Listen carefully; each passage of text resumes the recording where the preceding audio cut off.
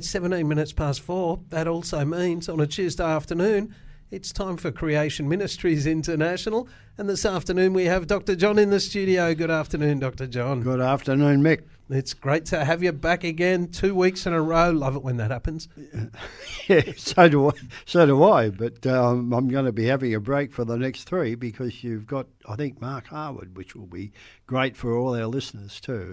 He's a fantastic speaker. Absolutely. So, now, I believe today you're going to tell us about an anniversary. Yes, yeah. This I've talked about it before, but it's worth revisiting because last week was the 100th anniversary of one of the most significant anti-biblical Christian events in history. Right? I mean, that's a big statement. Yep. But it was the what they call the famous Scopes monkey trial in Dayton, Tennessee, in the US, and it finished on the 21st of July, 1925. So it's exactly 100 years ago. Now, on paper, it was a win for the Christian side, but the reality was that it was a devastating loss. And anybody who's interested should read the article on it on the CMI website. It's well worth a read. But what had happened was that a number of the southern states in the US, the so-called Bible Belt, had passed a law forbidding the teaching of human evolution from apes in schools, you see.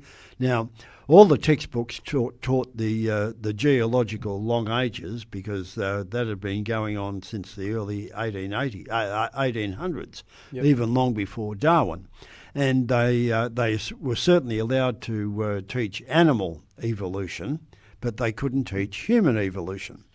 Anyway, when the law got passed in Tennessee, the atheistic group, the American Civil Liberties Union, advertised for a teacher who was prepared to flout the law and be the test case.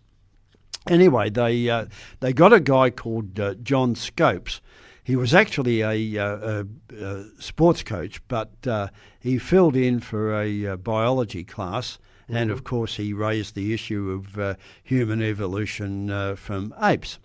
And, of course, he was charged, and the trial was set for July 1925.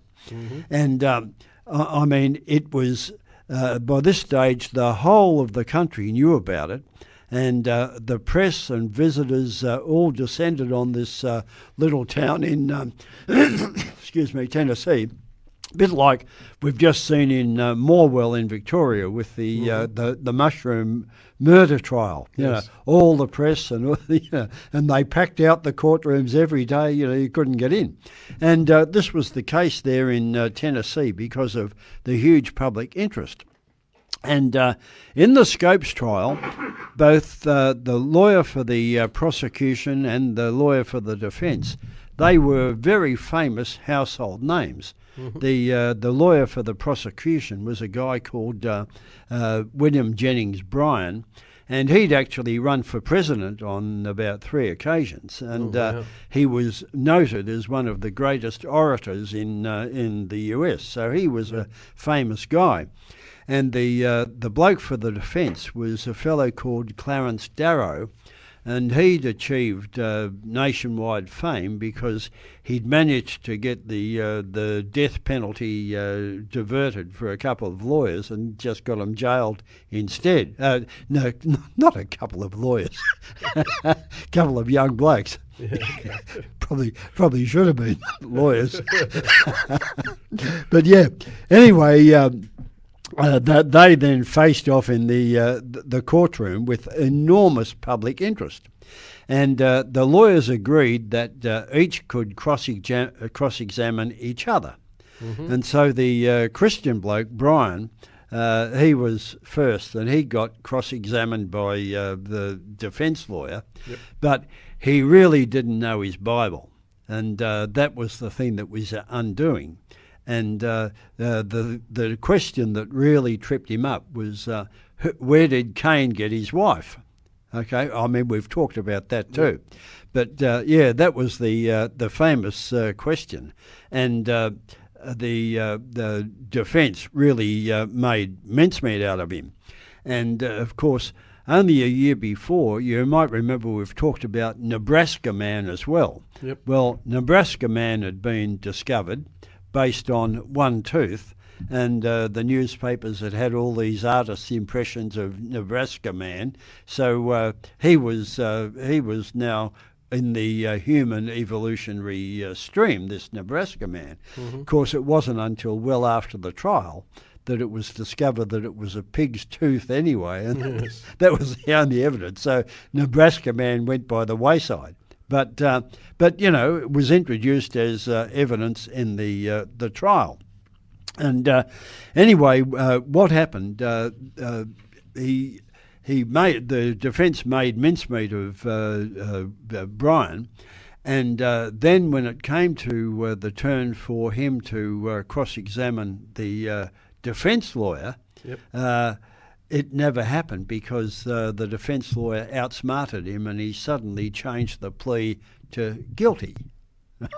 So that was the end of the trial, and the bloke obviously was found guilty and received a fine.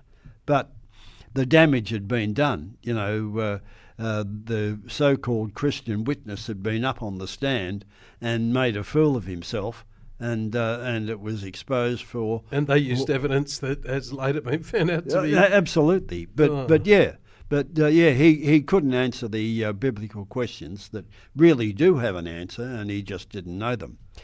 But anyway, that really kicked off the evolutionary scene in. Wow, so this is like one debate. I've seen the news when you mentioned it, and I looked it up. There's so many videos and pictures, and it was huge it was made news. into a movie back in the 60s, Inherit the Wind.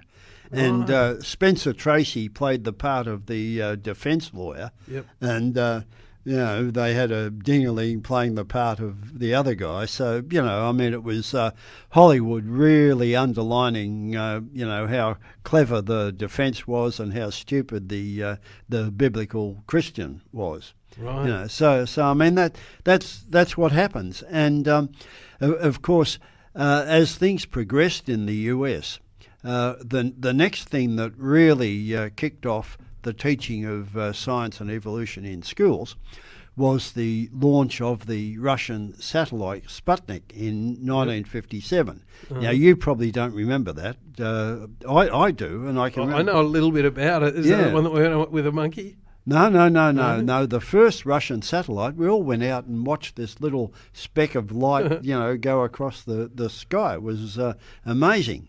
But, of course, the atheists then said, look, the Russians are ahead of us now, and we've got to have more science teaching in schools. So, of course, it was open slather, and then there was just no restriction on anything.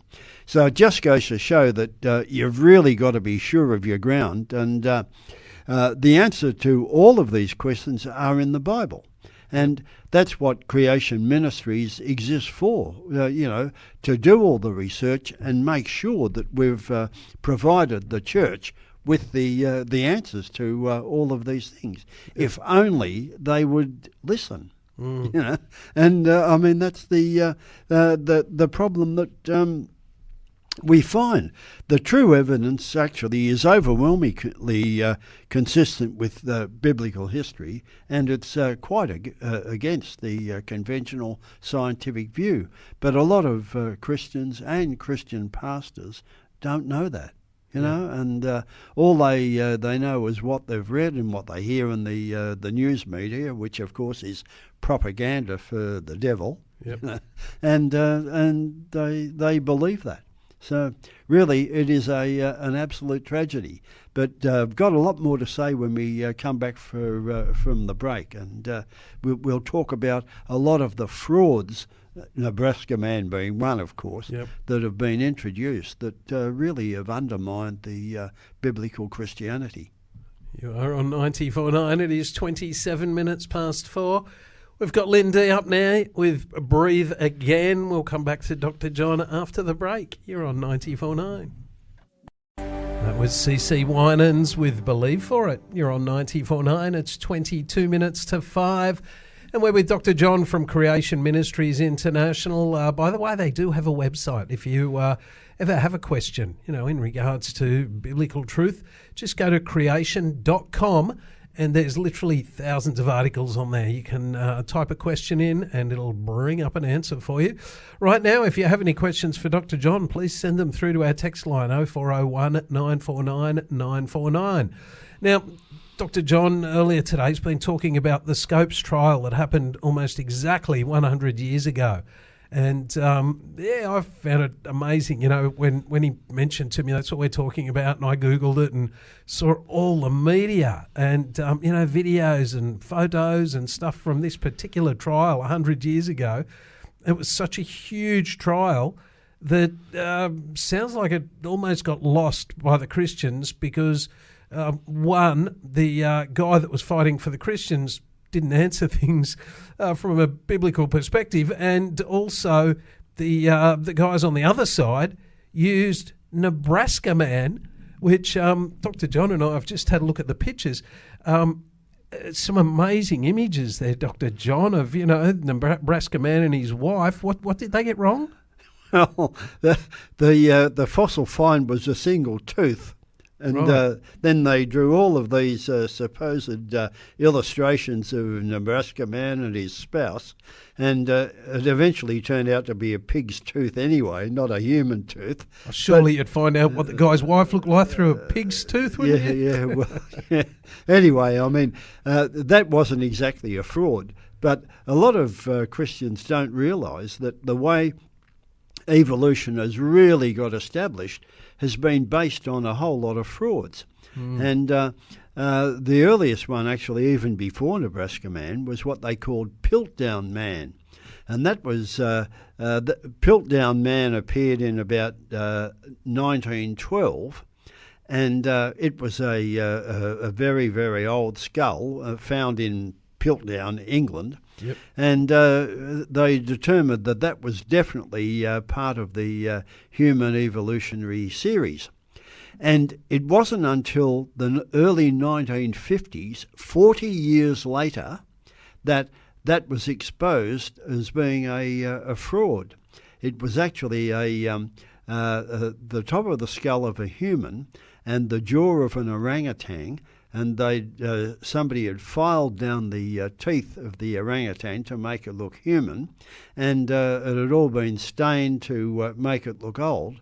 But it fooled all the scientists and all the museum curators for 40 years. So it wasn't even old? No, no, and it was fabricated. Wow. Yeah. Oh, yeah. It was a definite fraud, but it fooled everybody. And of course, one of the other most amazing frauds that everybody my age and probably even your age who's done biological sciences would have seen the pictures in their biology textbooks of what they called the peppered moth. Now, the peppered moth was really the classic example of evolution in action. Mm-hmm. It would have only been natural selection if it had been true, but it wasn't true. I might have seen it, but I didn't pay a lot of attention. No, you may not have. But the pictures in the textbooks were of these moths. This peppered moth occurs in two varieties: a light-coloured one and a very dark-coloured one. Mm-hmm. And the pictures showed a tree with the light-coloured ones on the tree trunk and the dark-coloured ones, and you could hardly see the dark ones because the tree trunk was so dark. Yep. And the way the story went, proving evolution, was that after the Industrial Revolution and all the soot came out of the chimneys and blackened the tree trunks, then the light-coloured moths could be more easily seen on the trees by the birds, and they'd come and pick them off preferentially, not being able to see the dark ones. Yep. So the percentage of light-coloured moths supposedly was greater than the dark ones. Yep. And that was supposed to be evolution in action. Right. And millions of students would have seen this, but it only turned out later that the pictures were fraudulent. Oh, wow. What they were actually dead moths glued onto pieces of bark and then photographed. Wow, It wasn't true. And then it turned out that the moths don't rest on trees during the daytime anyway, right? But, well, moths are flying around at night, aren't they? So why would they be resting on trees? And birds, of course, are predatory during the day and not at night. Yeah. So how come they got this video of the birds picking off the moths? Yep. Well, it turned out that they were moths that had been bred in the laboratory, taken out in a basket and shovelled onto trees in the forest in daylight, and the moths are all dopey, and of course the birds came and picked them off. Oh, wow. But the whole thing was an absolute... Well, I mean, the bloke probably believed it, Yeah. but all of the supporting evidence was fraudulent. Yep. But there it was in the textbooks, and it was there for, well, years and years and years. Probably still is. Yep. But that's not the worst one. Uh-huh. The worst one is what they called Haeckel's embryos. Now, you might have seen this in textbooks too, but there was this German embryologist called Ernst Haeckel back in the 1880s, and he decided he loved what Darwin had said, and he decided that we all passed through the same evolutionary stages. And he had these drawings of embryos of dogs, pigs, rabbits and whatever, including humans, Yep. and they all looked the same at the same age of development, Yeah, right? Yep. And his drawings appeared in all the textbooks for well over 100 years. And it wasn't until 1991 that a British researcher decided to test it and Yes. actually got the embryos at that stage of development and photographed them. Yep. They don't look anything like the Oh, drawings. completely Yeah, different. Yeah. completely different. So the fraud was proven. But everybody, and I mean, we'd be talking about hundreds of millions of students over 100 years or more, Yep. including every medical student, including me, Yeah. saw all this stuff in the textbooks, and it was absolutely fraudulent, Yes.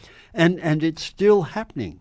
Even though that was exposed back in the early 1990s, even into the 2000s on the biology exam papers in New South Wales for the HSC, they would ask questions like, how do these embryos support evolution? And it had been fraudulent, right? Wow. But still being taught. And I did some talks a few years ago in Cowra, out in the western New South Wales. And at the same time, I went and visited a fish fossil museum in Canowindra. Yep. I don't know whether you've ever been there, but they found all these fossilised fish when they were digging up to make a road. Yep. And they built a museum there. And it's got all these fossil fish, great stuff, And school kids go there for excursions.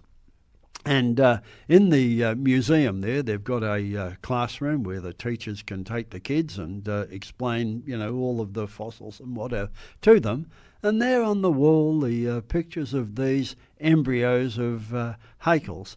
And I said to the people, don't you know that that's fraudulent? No, they didn't have a clue, But you see, teachers still teach it because it helps in how they explain evolution. Yeah. But it's nonsense. It's fraudulent. It's not true. Wow. And this is what we're up against. Most people don't know that all of this fraudulent stuff has been what's been perpetrated in textbooks over the years. Everybody doing those courses has been exposed to it. They believe it because they believe their teachers, but none of it's true. Wow. Well, it just goes to show we've got to be so careful what we see, and even when we see it these days, the way AI can create things, it's making it harder and harder to see the truth. But at least one thing's for sure, the Bible has never been proven to be wrong. No, well, and the truth is, Mick, that the evidence, when you correctly examine it, is so supportive of the Bible, and you can pick the holes in the evidence that the evolutionists put forward. We need to remember that everybody's got the same evidence. There's no evidence for biblical creation and different evidence for evolution. It's all the same evidence. It's a matter of how you interpret that evidence. And our contention is that it fits the biblical account of creation and history far better than it fits any supposed evolution. Absolutely. You're on 94.9. It is 12 minutes to 5. Thank you very much, Dr. John. Another awesome week, and we look forward to next time, which might be on the phone because you mightn't be quite as close. Yeah, might be away next time I'm on, but we'll chat on the phone. Looking forward to it anyway. Well, thank you again, Dr. John. Up next, we've got Forrest Frank with Good Day. You're on 94.9.